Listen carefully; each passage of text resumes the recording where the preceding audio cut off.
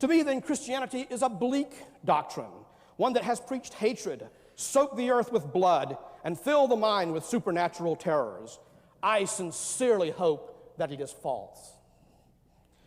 Why then do I regard it as in fact false? St. Paul laid it on the line. In 1 Corinthians 15:14, he says, "If Christ was not raised, then our gospel is null and void." Ladies and gentlemen, I do not believe that Christ was raised from the dead, so I regard the gospel that proclaims him as null and void. My argument against the resurrection is simple. Extraordinary claims require extraordinary evidence. The purported resurrection of Jesus is about as extraordinary as a claim can get. The evidence in favor of the resurrection is not good, so we shouldn't believe it. It is just a matter of common sense that we should place a high burden of proof on extraordinary claims. Suppose I had opened this talk by saying, I just flew in from Chicago, and boy, are my arms tired. Surely you would demand very good reason indeed before you regarded this as anything other than an ancient joke. Suppose that the Reverend Billy Graham solemnly assured you that the cow in the nursery rhyme really did jump over the moon. Surely you would demand hard evidence for such an outrageous claim, even coming from so respected and trustworthy a source. Once more then, extraordinary claims require extraordinary evidence. So why do I say that the alleged resurrection of Jesus was so extraordinary? Well, surely if we know anything about the world, we know that dead people tend to stay dead. Otherwise, why should we see irony in the following notice from our Department of Social Services? Dear sir, you will no longer receive food stamps because our department has received word of your death. You must inform us in writing within 30 days if there is a change in your circumstances. Sorry, folks. Why are the reports of Elvis sightings material for the supermarket tabloids? Because we all rightly are very skeptical of reports of the resuscitations of corpses.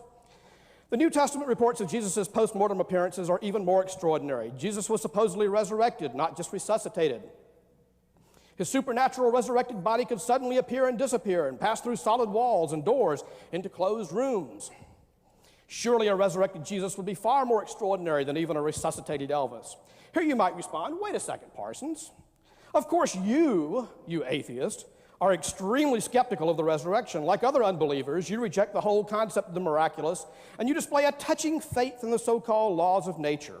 I, however, you might say, believe in a God who can alter or suspend such laws at will. After all, the laws of nature don't tell us how things must behave, only how they usually do behave, unless, that is, God chooses that they behave differently. Therefore, you might say to that evil atheist Parsons, I do not have to rate the plausibility of miracle reports nearly as low as you do. But even if you believe in God, and even if you believe that miracles do occur, you must admit that the truth of any particular miracle report is initially most unlikely. After all, miracle reports come a dime for a dozen. Hucksters and hoaxers abound, as do false prophets and false religions.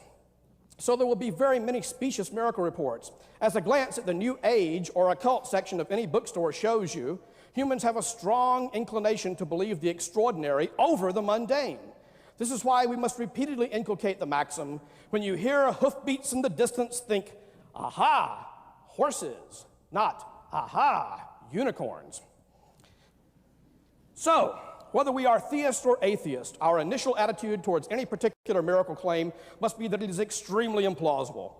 This does not mean that evidence cannot, in principle, establish a miracle claim. It doesn't even mean that human testimony can never establish such a claim. It does mean that the burden of proof on miracle claimers must be very heavy. As David Hume put it in his famous miracle maxim, when someone claims a miracle, we should demand that their testimony be so trustworthy that its falsehood would be an even bigger miracle than the miracle they are claiming. Does the evidence for the resurrection of Jesus meet this heavy burden of proof? Nearly all of the so-called evidence comes from the four canonical Gospels, but let's be honest.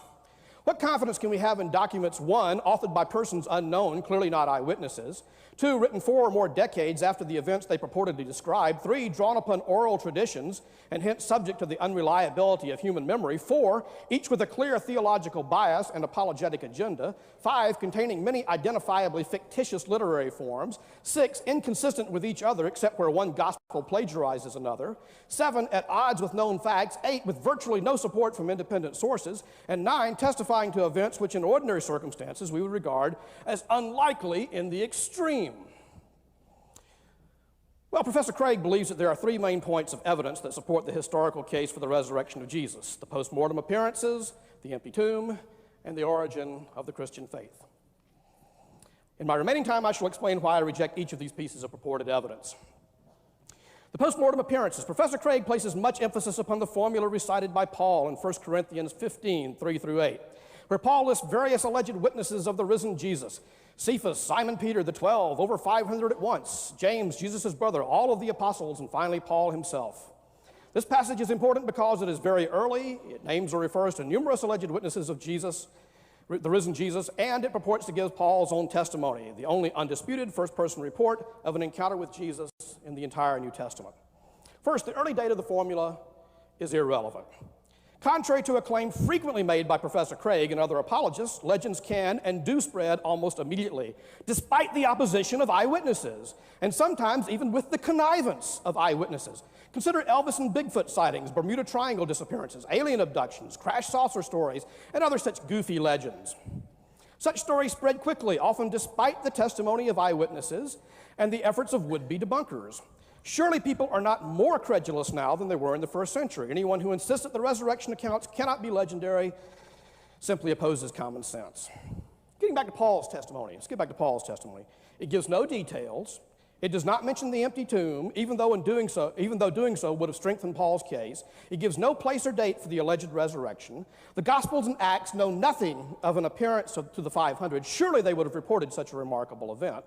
Paul does not make clear whether the appearances were physical or visionary. The Greek text, folks, is entirely ambiguous on this point. More importantly, we know nothing of the reliability of any of the so-called witnesses. How reliable were Peter or James? How do we know that the 500, if they really existed, did not suffer a mass hallucination? What then about Paul's eyewitness testimony? As T.H. Huxley noted in a classic essay, if we accepted all of the eyewitness reports of miracles from old texts, we would be credulous indeed. Is Paul then particularly credible? On the contrary, Paul himself states that he was given to ecstatic visions. In 2 Corinthians 12, Paul tells us of being caught up as far as the third heaven, verse 2. And not knowing whether he was in the body or out of it, verse 2 repeated in verse 3. He reports that he was caught up into paradise, verse 4, and that he heard words so secret that no human lips may repeat them, verse 4. Clearly, this is an account of a mystical vision. Why not conclude that Paul's experience of the risen Christ was of a similar kind? Now for the empty tomb legend. Professor Craig adduces Paul's testimony in the 1 Corinthians 15 formula that Jesus was buried as evidence for the empty tomb. But reciting such a liturgical formula no more implies knowledge of an empty tomb than singing John Brown's body lies a moldering in the grave implies knowledge of where John Brown is buried.